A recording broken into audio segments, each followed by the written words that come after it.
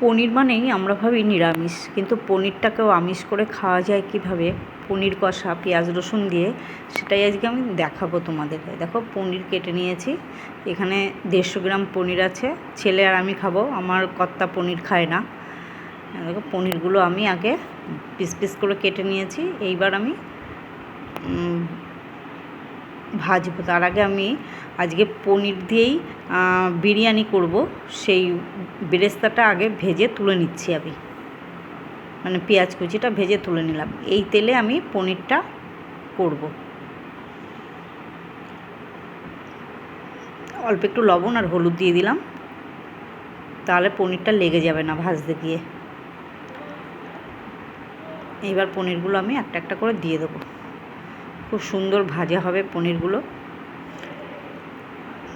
নিরামিষ পনির খেতে আর ভাল লাগে না, ছেলে বলছে মা একটু পেঁয়াজ রসুন দিয়ে করো, তাই আজকে এইভাবেই করা দেখাচ্ছি আমি।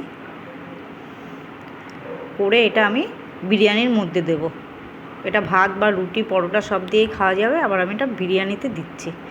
আজকে আর ভাত রুটি এসব দিয়ে খাবো না, এই পনির কষাটা আমি বিরিয়ানির মধ্যেই দিয়ে দেবো। এবার ছোটো ছোটো করে একদম কুচি কুচি করে পেঁয়াজ কেটে রেখেছিলাম, একটা ছোটো সাইজের, কারণ যেহেতু অল্প পনির।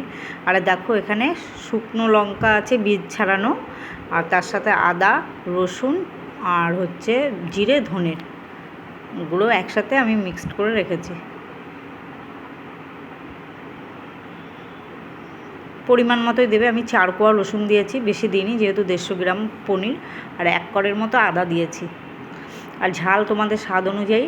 আর জিরের গুঁড়ো 1 চামচ দিয়েছি, আর ধনের গুঁড়ো 1 চামচ দিয়েছি। পরিমাণ মতো আমি তোমার লবণ হলুদ দিয়ে দিলাম, আর তার মধ্যে একটু টমেটো সস দিয়ে দিলাম।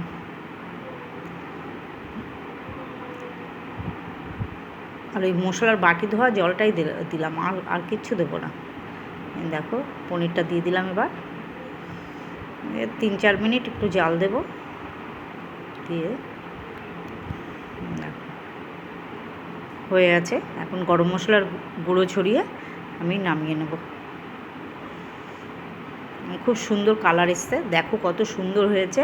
এটা তোমরা গরম ভাত রুটি পরোটা সব দিয়ে খেতে পারবে, কিন্তু আজকে আমি এটা দিয়ে বিরিয়ানি করব। কিভাবে করব বিরিয়ানির রেসিপিটাও তোমাদের দেখাবো।